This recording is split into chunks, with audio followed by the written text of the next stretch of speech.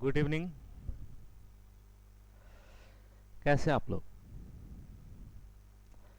उम्मीद है आप लोग अच्छे होंगे और आप सभी लोगों की पढ़ाई अच्छे से चल रही होगी। आज जो हम लोग अभी आप इस सेशन में जुड़े हुए हैं, ये सेशन आपका साइंस के मिक्स क्वेश्चंस का सीरीज आपके लिए होने वाला है।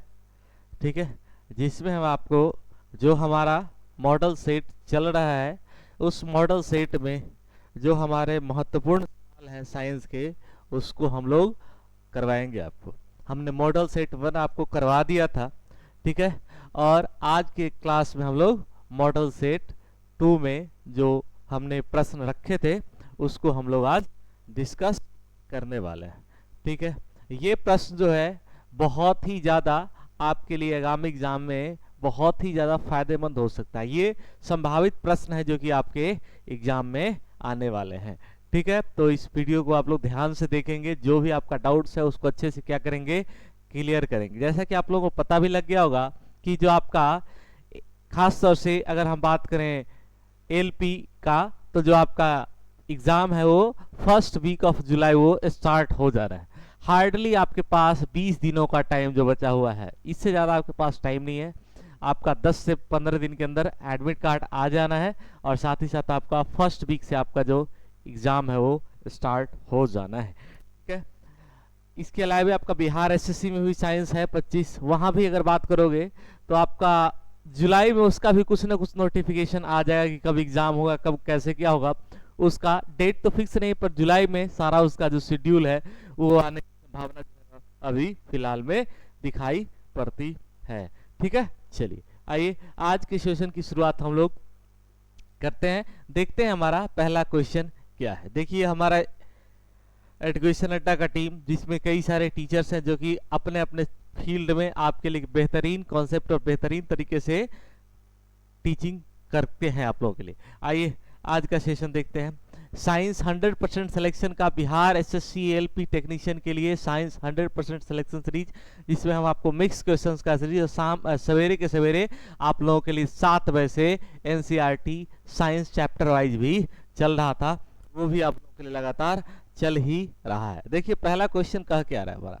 पहला क्वेश्चन कह रहा है कि व्हीट स्टोन ब्रिज को संतुलित कहा जाता है जब प्रतिरोधों का अनुपात क्या होता है। ठीक है, व्हीट स्टोन ब्रिज को क्या कहा जाता है, किस कंडीशन में हम लोग उसको बैलेंस व्हीट स्टोन ब्रिज को नाम से जानते हैं। कौन बता रहा है इसका आंसर? जल्दी से सभी लोग कमेंट करके बताइए क्या हो जाएगा इसका आंसर। व्हीट स्टोन ब्रिज को बैलेंसिंग में कब कहा जाता है? तो देखिए क्या होता है, ये क्रॉस मल्टीप्लाई क्या होता है भैया, ये जो है हमारा वो क्रॉस मल्टीप्लाई करता है, यानी R इंटू क्यू बराबर अगर P इंटू एस निकल गया तो ये क्या है भैया, ये हमारा है, ये हमारा बैलेंसिंग में कहा जाएगा। अब मान लो कहीं से हमारा इसका प्रतिरोध पूछ लेता तो आंसर क्या होता, R बराबर आप ये भी लिख सकते थे P into S by Q.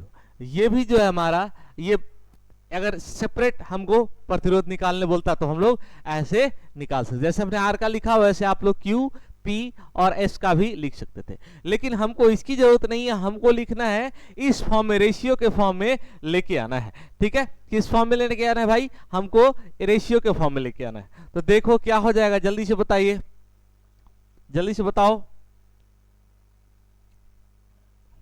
R by S बराबर P by Q, option number सभी लोगों का एक आ जाएगा, आ जाएगा। रेशियो यहां से आप लोग निकालिएगा तो ठीक है। इस कंडीशन में हम बोल सकते हैं कि ये जो हमारा अनुपात है वो हमारा सही अनुपात होगा। देखिए इसमें अनुपात इस तरीके से भी ले सकते थे आप लोग, आर पी बाई आर बराबर क्यू बाई एस, ये भी अनुपात आप लेते तो आपका जो है वो सही हो जाता। ठीक है, इसकी चिंता करने की जरूरत नहीं है। अगला क्वेश्चन देख लीजिए। पुलिस द्वारा नशे में गाड़ी चलाने वाले सांस की जांच करने के लिए, आप लोग देखते होंगे कि खास तौर से ये इंटर स्टेट बॉर्डर पर ये चेकिंग ज्यादा होती है। क्या होता है कि ड्रिंकिंग करके लोग ड्राइव करते रहते हैं, ठीक है, ड्रिंकिंग करके लोग गाड़ी चलाते रहते हैं, तो उसकी जांच के लिए पुलिस के पास एक पाइप होता है। उस पाइप में क्या बोलता है कि उसमें आपको बोलता है कि सांस लेने के लिए। जब आप सांस लेने तो आपने ड्रिंकिंग किया है कि नहीं, इसका वो पता लगा लेता है। आपको पता होना चाहिए कि जब आप एएलपी बनेंगे, एएलपी बनने के बाद ये टेस्ट जो है आपका पर डे टेस्ट होता है ड्राइवर का। जब वो ड्यूटी लेने जाता है तो सबसे पहले उसका ये टेस्ट होता है। क्यों? कि उसने कोई नशा किया है कि नहीं किया है। कि अगर नशे में अगर वो गाड़ी चलाएगा, ड्राइवर का रेलगाड़ी चलाएगा, तो क्या होगा, वो जो है खतरे की संभावना जो है बहुत ज्यादा बनी रहती है। तो आखिरकार वो जो टेस्ट किया जाता है वो किस केमिकल के द्वारा ये टेस्ट किया जाता है कि व्यक्ति नशा किया है कि नहीं किया है। इसका टेस्ट किसके द्वारा किया जाता है?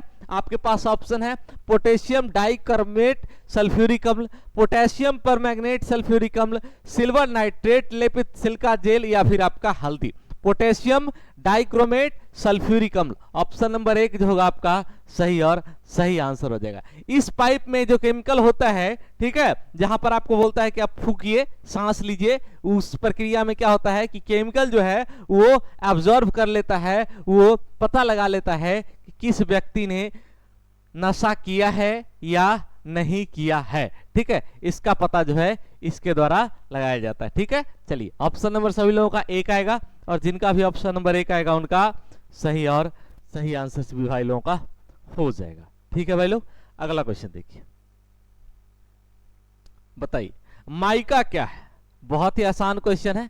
ठीक है, माइका क्या है बताओ तो आंसर क्या हो जाएगा? उष्मा का चालक और विद्युत का कुचालक। गलत बात है, उष्मा तथा विद्युत दोनों का कुचालक। बहुत सही आंसर है। ठीक है, ये उष्मा तथा विद्युत दोनों का क्या होता है? ये कुचालक होता है। माइका हो गया, जिसको हम अभ्रक के नाम से भी जानते हैं। ये क्या होता है? ये जो होता है आपका उष्मा और विद्युत दोनों का कुचालक हो जाएगा। ठीक है भाई लोग, ऑप्शन नंबर सभी लोग क्या आ गया? बी आ गया। नेक्स्ट क्वेश्चन देखिए, ठंडे प्रदेशों में जहां तापमान 0 डिग्री सेंटीग्रेड तक चला जाता है, वहां किसान अपनी फसल को नुकसान पहुंचाने से खेतों की पानी भर देते हैं। क्यों? बताइए क्या होता है? जहां कोल्ड स्टेट्स है वहां पर क्या होता है, किसान अपना फसल को बचाने के लिए पानी जो है वो भर देता है। पानी क्या करता है? उस फसल में पूरी तरीके से भर देता है। इसका ऐसा कौन सा कारण है? आखिरकार ऐसा कौन सा कारण कि वो जो पानी है उस फसल को बचा लेता है? यही क्वेश्चन आपसे यहां पर आप लोगों से पूछा गया है। देखिए, ठंडे प्रदेशों में जो टेम्परेचर होता है बहुत ही ज्यादा क्या होता है? कम हो जाता है। -50, -30, -40 ऐसा टेम्परेचर जिस कंडीशन में हो गया। ठीक है, तो क्या होगा, सुनिएगा कि आपको पता है कि जो वाटर का जो फ्रीजिंग टेम्परेचर होता है वो 0 डिग्री, कि 0 डिग्री से जैसे ही नीचे जाएगा वाटर क्या हो जाएगा? आइस के रूप में क्या होगा? वो परिवर्तित हो जाएगा। तो जैसे ही आइस के रूप में परिवर्तित होगा उसका वॉल्यूम जो होगा क्या हो जाएगा? वॉल्यूम जो होगा वो बढ़ जाएगा। जैसे उसका वॉल्यूम बढ़ा वो क्या होगा? उस पेड़ पर, पेड़ के पत्तियों पर क्या होगा? वो स्टिक करेगा, लटकेगा। लटकने के साथ साथ क्या होगा कि जब उसका भार बढ़ेगा, वेट बढ़ जाएगा, तो क्या हो जाएगा? वो पेड़ को क्षतिग्रस्त कर देगा। पेड़ को क्या कर सकता है? झुक सकता है, टूट सकता है, तो यानी कि उसको वो क्षतिग्रस्त कर देता है।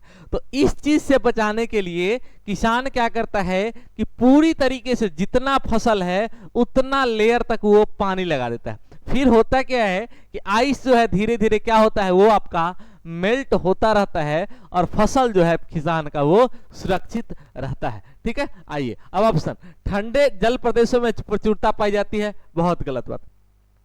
जल की जो स्पेसिफिक हीट होती है क्या होती है? कम होता है। और 4 डिग्री से कम पर जल का जो आयतन है क्या होता है? बढ़ जाएगा। तो इसका जो बढ़ा हुआ आयतन है और आइस का जो आयतन है, दोनों क्या करेगा?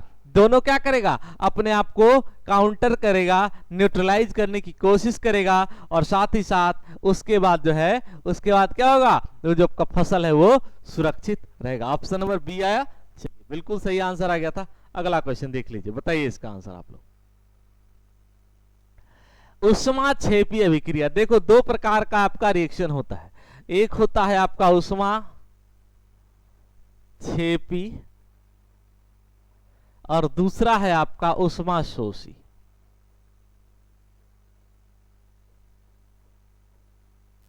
दो प्रकार का रिएक्शन, एक आपका उष्मा क्षेपी और दूसरा आपका उष्मा शोषी। अब देखिए ये दोनों प्रकार के जो रिएक्शन है इसमें क्या क्या होता है, इस चीज को थोड़ा सा आप लोग समझेंगे। सबसे पहली बात, जो उष्मा क्षेपीय अभिक्रिया होता है जिसमें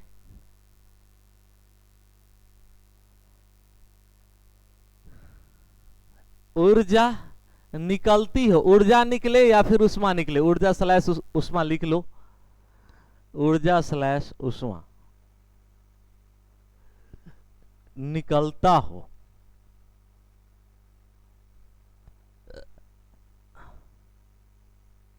ठीक है। और उष्मा शोषी जिसमें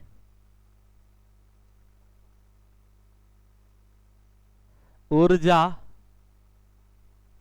स्लैश उष्मा का अवशोषण हो,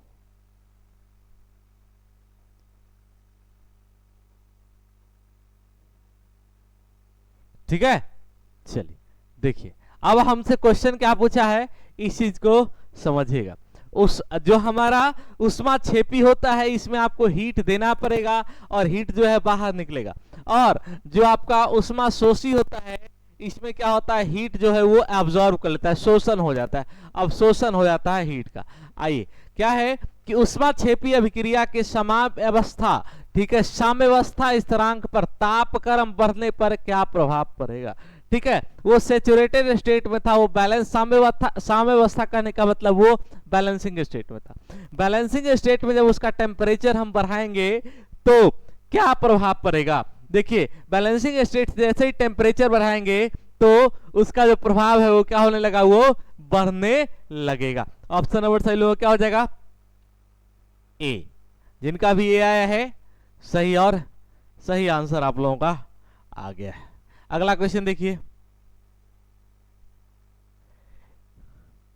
एक वितरण 20, 25, 30 की आवृत्ति के 3 घटकों का बना है जिसके क्रम से 25, 10 और 15 माध्य है, ठीक है। अच्छा, वितरण का माध्य ज्ञात कीजिए। ये आपका एक्चुअली मैथ का क्वेश्चन है, ठीक है। आप अच्छे से इस क्वेश्चन को पढ़ लीजिए, आप लोगों के लिए HW रहेगा, ठीक है। निकालना क्या है, आपका माध्य निकालना है, ठीक है। कैसे आप इसका मीन कैलकुलेट करोगे आपको पता ही है। देखिए क्या करेंगे, इसको मल्टीप्लाई करेंगे, 20 इंटू 25 आपका जितना आएगा, 25 इंटू 10, 30 इंटू 15 करोगे, बाकी टोटल नंबर ऑफ ऑब्जर्वेशन जो है आपका उसे क्या करना, डिवाइड कर देना, आपका आंसर आ जाएगा। चाहे तो आप इसको कर सकते हैं, देखिए कितना आ जाएगा, 500, 20 इंटू 25 500 प्लस आपका 450 और प्लस का आपका कितना है भाई 250, यही है ना। देखो तो कितना आ रहा है, 4 2 6 700, 7 5 1200। अब 1200 को डिवाइड किसे करना पड़ेगा आपको, देखिए 25, 40 और 10, 50 से करो तो डिवाइड कितना आ रहा है आंसर आप लोगों का, 2 बार में, ठीक है। 1200, 120 बच्चा 4, 24 के करीब आंसर आ रहा है इसका। कितना है भाई, 20 दूनी 400, 500, 250 और 450, 4 2 600, 700। चलो जो भी हो, इसको आप क्या करेंगे, इसको कैलकुलेट कर लेंगे, आपका SW में हमने इसको दिया है, ठीक है। अगला क्वेश्चन देख लीजिए, बाकी इसका सॉल्यूशन आपको सर करा देंगे, ठीक है। चलिए आइए, थर्मोडायनेमिक्स के नियम, तो उष्मा गति के 4 नियम होते हैं, ठीक है। थर्मोडायनेमिक्स के 4 नियम होते हैं। क्या आप जानना चाहेंगे कि चारों क्या होता है, सुनिए। Zeroth law of thermodynamics, first जो होता है जिसको हम लोग 0वें नियम जीरोथ लॉ ऑफ थर्मोडायनेमिक्स बोलते हैं, वो क्या होता है, देखिए कि कहता है कि मान लो कोई 2 ऑब्जेक्ट है, ठीक है। एक कंटेनर में 2 ऑब्जेक्ट है, ठीक है, और इस कंटेनर के साथ एक और ऑब्जेक्ट को हम लोग क्या कर दिया है, रख दिया, ठीक है। 3 मीडियम है, अगर इसमें मान लो कुछ टेम्परेचर T1 है, ठीक है, बिल्कुल ये इसके पास है, तो इसमें भी जो T1 टेम्परेचर आ जाएगा, और जब इसमें T1 टेम्परेचर आ जाएगा तो इस कंटेनर में भी आपका टेम्परेचर है वो T1 ही आ जाएगा। या फिर आप इसको ऐसे भी लिख सकते हैं, इसको आप ऐसे लिख लीजिए, बहुत ही अच्छा रहेगा आप लोगों के लिए, कि एक क्लोज्ड सर्कल है, क्लोज हमारा है, इसमें एक हमारा यहां पर है T1, दूसरा है T2 और तीसरा है आपका T3। जब आप बुक में डायग्राम देखेंगे तो कुछ इस प्रकार का डायग्राम आपको दिखता होगा, कुछ इस प्रकार का डायग्राम आपको बुक में जीरोथ लॉ ऑफ टेम्परेचर का दिखता होगा। T1, T2, T3 और तीनों यहाँ पे कंडीशन होता है कि T1 बराबर T2 बराबर T3, यही होता है जीरोथ लॉ ऑफ थर्मोडायनेमिक्स। उष्मागति का शून्य नियम क्या कहता है, जिसको हम लोग थर्मल इक्विलिब्रियम के नाम से जानते हैं। ठीक है, थर्मल इक्विलिब्रियम के नियम के नाम से जानते हैं। ये क्या कहता है कि जब दो माध्यम में क्या हो, तापमान समान हो, तो उसके प्रभाव से उसकी संगत में कॉरेस्पॉन्डेंस जो उसका मीडियम होगा, उसमें भी टेम्परेचर जो होगा वो क्या हो जाएगा, धीरे धीरे करके समान हो जाएगा। और कब तक ये प्रोसेस चलता रहेगा, जब तक कि तीनों में जो टेम्परेचर है वो बिल्कुल बराबर ना हो जाए। ये जीरो लॉ ऑफ टेम्परेचर हो गया। ठीक है, थर्मोडायनामिक्स हो गया, सॉरी। तो क्या ये कहता है, पढ़ते हम लोग कि थर्मोडायनामिक्स के डैश नियम में कहा गया है कि एक ऐसी चक्रीय प्रक्रिया यानी साइक्लिक रिएक्शन असंभव है जो उष्मा को पूरी तरीके से कार्य में परिवर्तित करती है। ये जो कहता है ये फर्स्ट लॉ ऑफ थर्मोडायनामिक्स कहता है। ठीक है, फर्स्ट लॉ ऑफ थर्मोडायनामिक्स कहेगा। क्या कहता है first law of thermodynamics? Energy can neither be created nor destroyed. ऊर्जा को ना ही उत्पन्न किया जा सकता है, ना ही विनाश किया जा सकता है। It may be converted into one form into another. इसको एक से दूसरे रूप में क्या किया जा सकता है भैया, परिवर्तित किया जा सकता है। यही आपका जो आंसर हो जाएगा ऑप्शन नंबर सभी लोगों का, एक नहीं दो जिनका आंसर आया, सही आंसर आ गया। अगला क्वेश्चन देखिए, किसी चालक अर्धचालक का प्रतिरोध, देखिए चालक का प्रतिरोध डायरेक्ट लिखते जाइएगा। कोई अगर कंडक्टर है, चालक का प्रतिरोध, ठीक है, ताप जब बढ़ाएंगे, टेम्परेचर जब बढ़ाएंगे तो चालक का प्रतिरोध जो होगा वो बढ़ेगा। ठीक है, अगर सेमीकंडक्टर है अर्धचालक, ताप जब हमने बढ़ाया है तो अर्धचालक का क्या हो जाएगा, घटेगा। ठीक है, अर्धचालक जो होता है वो टेम्परेचर के इनवर्सली प्रोपोर्शनल उसका रेसिस्टेंस होता है। ठीक है, तो यही आपका आंसर हो जाएगा। क्या बोला है कि किसी चालक का प्रतिरोध गर्म करने पर यानी ताप बढ़ाने पर सेमीकंडक्टर जो है उसका प्रतिरोध क्या हो जाएगा भैया, घट जाएगा। ऑप्शन नंबर सभी लोगों का क्या गया है, बी आया होगा, और जिनका भी बी आया होगा उनका सही और सही आंसर भी आया होगा। अगला क्वेश्चन देखिए, निम्नलिखित कथनों पर विचार करना है। बहुत ही जबरदस्त क्वेश्चन है, बताइए इसका आंसर देखते हैं। सबसे पहले कौन बता पाता है, बताइए। क्वेश्चन क्या कह रहा है कि एक्स किरणों की खोज विलियम रोएंटजेन ने की थी। बिल्कुल जबरदस्त और सही आंसर है कि एक्स किरण की खोज किसने की थी, रोएंटजेन ने की थी। ठीक है, गामा किरण की खोज किसने की थी, अल्फा किरण की खोज किसने की थी, बताइए तो। अल्फा बीटा गामा किरणों की खोज किसने की थी।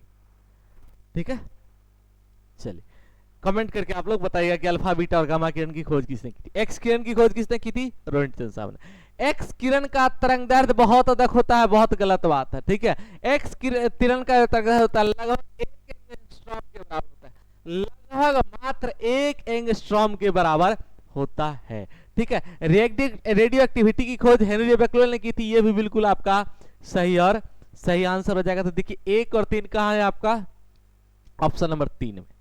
ठीक है, ऑप्शन नंबर 3 में आपका 1 और 3 आ गया है, बिल्कुल ही सही और सही आंसर आ जाएगा। ठीक है, रेडियो सक्रियता की इकाई भी क्या होती है, क्या होती है भैया, क्यूरी होती है। ठीक है, अगला क्वेश्चन,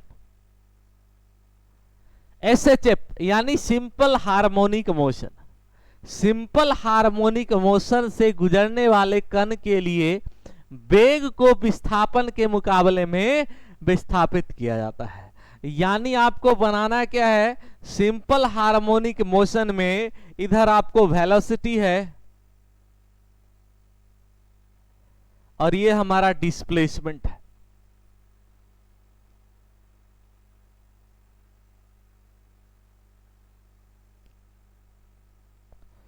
तो ये डायग्राम कैसा बनेगा, एक हमारा दीर्घवृत्त बनेगा, पैराबोला बनेगा, सीधा रेखा बनेगा या फिर आपका वृत्त बनेगा। ये जो हमारा बनता है भैया क्या बनता है, पैराबोला बनता है। क्या बन जाता है, पैराबोला बनेगा। ऑप्शन नंबर क्या होगा सभी लोगों का, सी आएगा। नेक्स्ट क्वेश्चन देखिए, इसमें ज्यादा कुछ है नहीं, अगर आप इसको ऐसे भी जानना चाहते हो तो आप यहां से याद रखना, ठीक है, यहां से आप याद रख सकते हैं कि गति का पहला नियम क्या होता है बताओ तो, v बराबर u प्लस ए टी।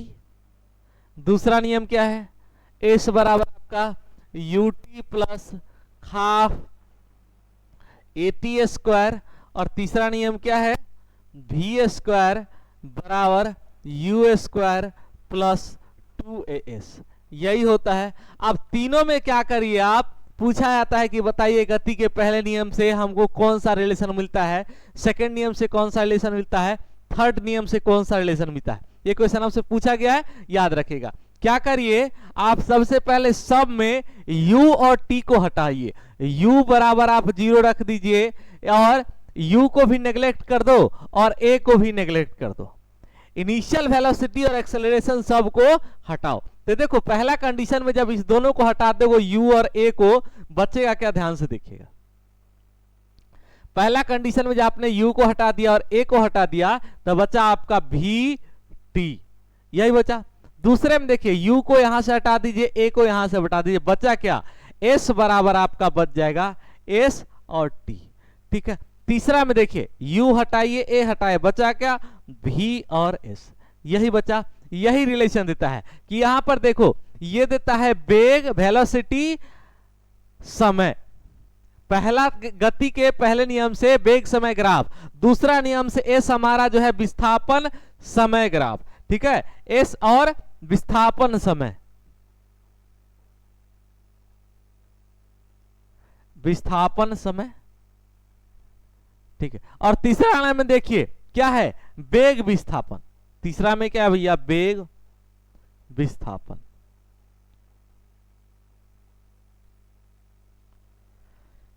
यही तीन आपका जो ग्राफ बनता है। गति के पहले नियम से कौन सा ग्राफ बनेगा, दूसरे नियम से, या फिर ऐसे ही पूछ सकता है कि बताइए गति के पहले नियम से हमें किस किस के बीच में संबंध प्राप्त होता है। तो गति के पहले नियम से वेग समय की जानकारी हमको मिल जाती है। क्लियर है भैया। अगला क्वेश्चन देखिए, पी ब्लॉक के तत्वों के संदर्भ में निम्नलिखित कथन पर विचार करना है। देखिए कौन कौन सा होता है आपका, एसपीडीएफ, एसपीडीएफ कितना होता है, 2, 6, 10, 14, मैक्सिमम ये इलेक्ट्रॉन्स है ना। आगे आइए देखते हैं क्या कहता है। आवर्त सारणी में पी ब्लॉक का तत्व कहा है 13 से 18 तक कि ये हमारा 6 समूह है। क्या ये बात सही है, गलत बात है। 13 से 18 किस में आता है भैया, ये जो हमारा आता है वो डी ब्लॉक का आ जाएगा, ठीक है। आगे आ जाओ। पी ब्लॉक के एक तत्व अधिकतम ऑक्सीकरण संख्या संयोजी इलेक्ट्रॉन से भिन्न होती है। क्या ये बात आपका सही है, बिल्कुल आपका ये जो है बिल्कुल सही है। पहला वाला गलत था। तो देखिए केवल 2 हमको दिख रहा है ऑप्शन नंबर 2 में, जिनका आंसर आ गया है वो सही और सही आंसर आ जाएगा। इस तरीके के क्वेश्चंस को करने के लिए आपको रासायनिक आवर्त जो हमारा पीरियोडिक टेबल है वो आपको याद होना चाहिए, ठीक है। इसके बारे में थोड़ी बहुत आप लोगों को जानकारी होनी चाहिए। अगला क्वेश्चन, किस उपकरण का उपयोग अपेक्षाकृत हाई टेम्परेचर को मेजर करने के लिए, बताइए तो। इसका आंसर खुद आप लोगों को बताना है कि हाई टेम्परेचर को मेजर किस चीज से किया जाता है, बताओ।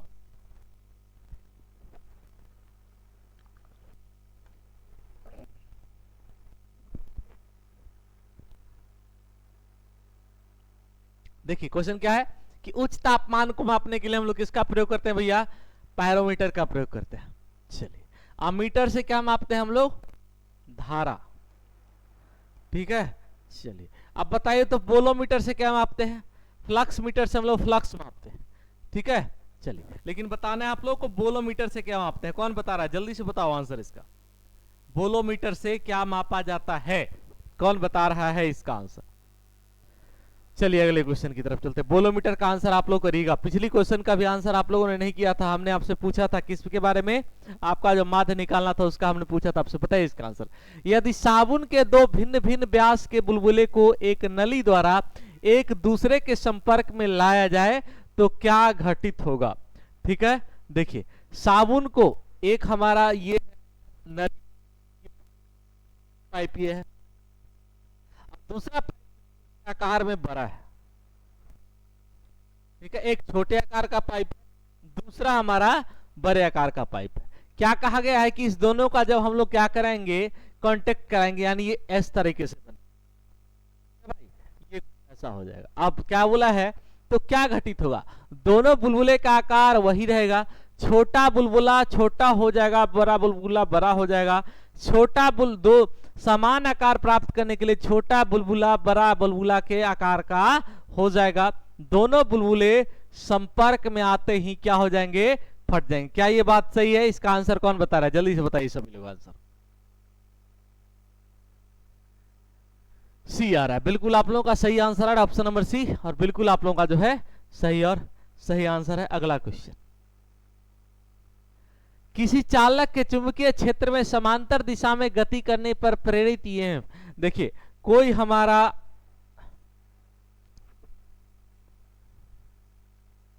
मैग्नेटिक फील्ड है,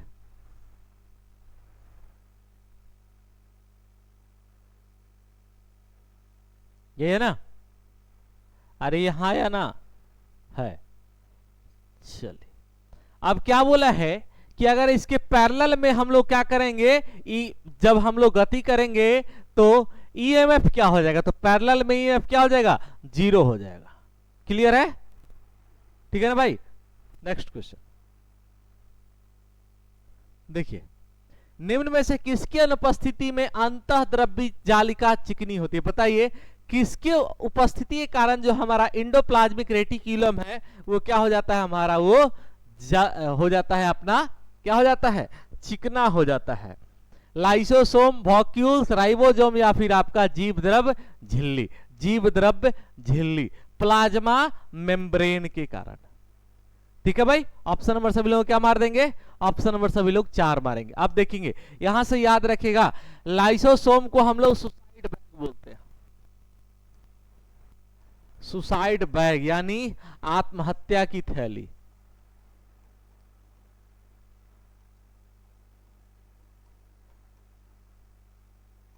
आत्महत्या की थैली, ठीक है। अब देखिए राइबोसोम क्या होता है, प्रोटीन संश्लेषण, प्रोटीन संश्लेषण,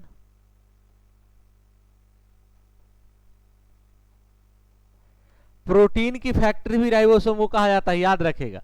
ठीक है, चलिए ऑप्शन नंबर सभी लोगों को क्या गया है भाई, 4 आया है। जिनका भी 4 आया है उनका सही और सही आंसर आया है। अगला क्वेश्चन देखिए क्या कर रहा है हमारा, कि VA, VW, VS क्रम से वायु, जल और इस्पात में ध्वनि की चाल। सबसे ज्यादा ध्वनि की जो चाल होती है वो सॉलिड में, उसके बाद आपका लिक्विड में, सबसे कम किस में होता है, गैस में। किसका बात हो रहा है, स्पीड ऑफ साउंड, इसको लिख लीजिए स्पीड ऑफ साउंड। ठीक है, अब आइए देखिए क्या बोला है, ए किसको नियत करता है, एयर, वाटर एंड स्टील। सबसे ज्यादा किस में हो जाएगा भैया, सबसे ज्यादा स्टील में, उसके बाद किसकी में होगा, स्टील के बाद होगा वाटर में, वाटर के बाद किस में होगा, एयर में। Solid, liquid, gas. ठीक है, सबसे ज्यादा किसमें, उल्टा हम लोग कर दिए, देखिए ऑप्शन नंबर 1 होगा। ठीक है, सबसे ज्यादा किसमें, सॉलिड में, उसके बाद लिक्विड में, उसके बाद आपका जो है वो गैस में हो गया। ऑप्शन नंबर 1 जो है, साइन कन्वेंशन का थोड़ा सा याद रखना। ठीक है, कि ग्रेटर देन किधर है, लेस देन किधर। हमने लोगों ने सॉलिड, वाटर और गैस तो देख तो लिया, पर ये नहीं देखा कि ग्रेटर देन है कि लेस देन है। ठीक है, तो ऐसे आपको अरेंज करना है। ऑप्शन नंबर 1 होगा इसका सही और सही आंसर। अगला क्वेश्चन देखिए, जब कोई परावर्तित किरण ध्रुव से और डैश से होकर गुजरती है तो उसी पथ में अनुसरण करती है, लेकिन विपरीत दिशा में क्या होता है। बताइए क्या बोला है, कि कोई मान लीजिए अवतल दर्पण है, अवतल दर्पण परावर्तक सतह इसका अंदर की ओर। अब क्या बोला है देखिए, जब कोई परावर्तित किरण जो है ध्रुव यानी P और किससे होकर गुजरती है कि वो उसी पथ में गति करने लगता है। यानी ये जब परावर्तित किरण इसी पथ में गति करने लगे तब वो किस कंडीशन में होता है, फोकस समतल के पैरेलल में, ठीक है, फोकस के पैरेलल में ये परिघटना होगी, ठीक है। ऑप्शन नंबर सभी लोग क्या मार देंगे, ऑप्शन नंबर सभी लोग मार देंगे 4। नेक्स्ट क्वेश्चन देखिए, पौधा द्वारा खनिज का अवशोषण किसके द्वारा होता है, बताइए आंसर। पौधा द्वारा खनिज का जो अवशोषण होता है किसके द्वारा होता है, एपोप्लास्ट और सिंप्लोप्लास्ट दोनों के द्वारा हो जाता है भाई, ठीक है, सिंप्लास्ट और एपोप्लास्ट दोनों के द्वारा होगा। ऑप्शन नंबर सभी लोग 3 मार दीजिए, सही आंसर आ गया होगा आप लोगों का, ठीक है। अगला क्वेश्चन देखिए, जब किसी चुंबकीय को किसी कुंडली के पास से अलग किया जाता है, ठीक है, तो एक कुंडली में प्रेरित उत्पन्न धारा उत्पन्न करता है, ठीक है। प्रेरित धारा के परिमाण को बढ़ाने के लिए किस विधि का उपयोग किया जाएगा, बताइए। मैग्नीट्यूड ऑफ ईएमएफ अगर आपको बढ़ाना है तो क्या करेंगे, सबसे पहले आप नंबर ऑफ टर्न्स भी आपको क्या इंक्रीज कर सकते हैं, बिल्कुल कर सकते हैं।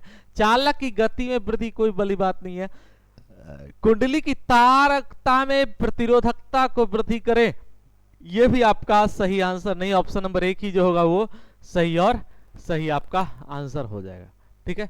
अगला क्वेश्चन देख लीजिए, आई क्या बोला है, देखते जाइए क्वेश्चन। चित्र में दर्शाए गए कोई प्रकाश पुंज बॉक्स के फलक ए के छिद्रों से आपतित होकर बी के छिद्रों से बाहर निकलता है, इस बॉक्स में जो है क्या हो सकता है। तो देखिए सबसे पहले याद रखना है आपको, अगर अवतल दर्पण है, अवतल दर्पण, तो लेंस में होगा उत्तल लेंस, उत्तल लेंस। दूसरा कंडीशन थोड़ा सा स्पेस लिखिएगा, अगर वो हमारा अवतल लेंस है, अवतल लेंस है, तो ये होगा आपका उत्तल दर्पण। अब देखिए अवतल दर्पण प्रकाश को सिकोड़ता है, प्रकाश को सिकोड़ता है,